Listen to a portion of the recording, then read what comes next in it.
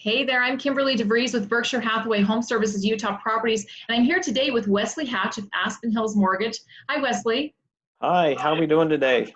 Doing so good, and we're so excited to both be with you today to explain to you the difference and talk to you about how much better off you're going to be when you buy a home versus renting a home. So Wesley's drawn up this handy little comparison here. We took a $300,000 home and then kind of figured in that there was going to be a down payment. And so we came up with a loan value of $269,900. So you're buying a home with that type of loan or versus renting. And I want you to take a look here. Your first year of just your principal and interest, your first year is going to be $1,091. That's your payment for your house, basically. If you're renting, on the other hand, your first year is going to be $2,000.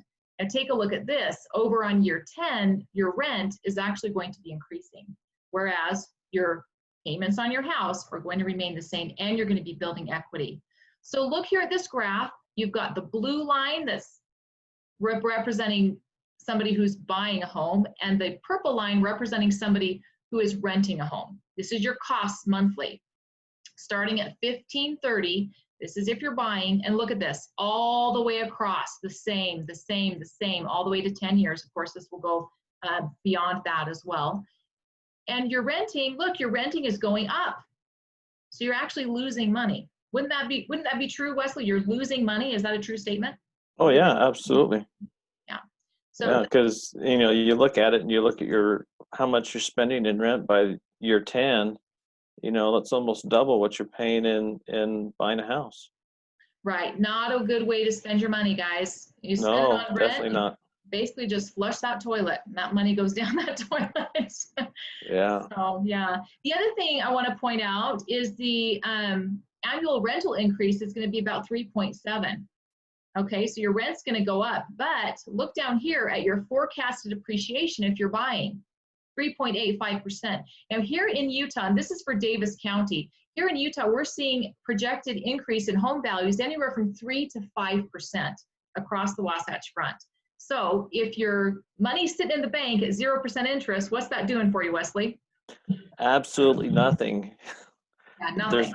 In my experience, there's no other investment mechanism that you're going to get, that a 3 to 5% gain on it. Maybe 20 years ago, savings accounts, yeah, you might be able to get like a 2 or 3% gain on it, but today you're lucky if you get 1%.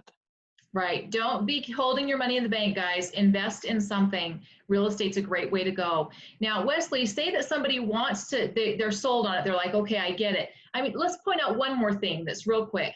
102,000, let's see, 408 is your cash flow difference. That's if we compare somebody who bought a home and somebody who's renting a home. The cash flow difference in the end, the person who bought the home is going to be holding 102,408 in their hand, whereas the one who rented just flush it down the toilet, make that flushy noise, so. And something else to point out, Kim, is we've also factored in there at the bottom, just under appreciation there, the cost to sell the home. And, the average person that's in a home is about 5 to 10 years. And so that's kind of why we're putting that report together for 10 years and then we've calculated the cost of it to sell it. Because as a seller, you pay the commission for both sides of the real estate deal. Yes, you do. Exactly. Thanks for pointing that out. That's really great. So this will be your cost to sell, and you've reached that appreciation basically by the time you sell that you can now, you're okay. And you've made some on top of that. Absolutely. And even with that cost factored into it, you're still coming out on top by over $100,000. Yes, very, very good.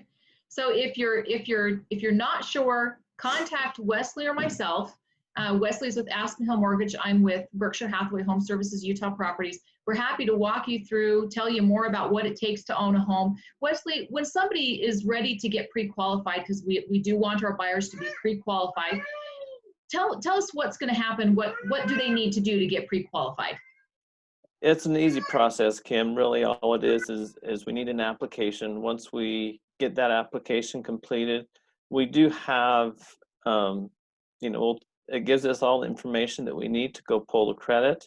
Once we pull the credit, we do basically an analysis of what the credit looks like and exactly what a borrower would be able to qualify for.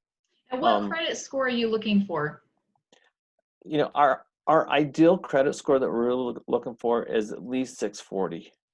Okay. If somebody has anywhere in the 600s, like a 610, 620, something like that, I do have other lenders that will accept that lower credit score. But if you're under 600, then we really need to talk about doing some credit repair at that point.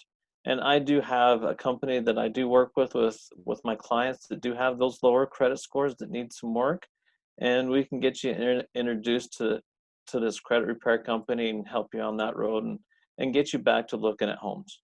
So some people may feel like I can't even, interest rates are low. Yeah, great, but I can't qualify because I have low credit. They can still get a hold of you, get a hold of me. We can get them in touch with this credit repair place and get them started on their way. Yeah, absolutely. Don't put it off. Let's go ahead and get that ball rolling. Yeah, it might be 6 months or a year down the road before you get back to looking at houses, but hey, if you put it off, you're going to lose, let's say you put it off for 5 years. Look, you've lost all that appreciation for 5 years. Yeah, it's not something you want to hesitate on for sure.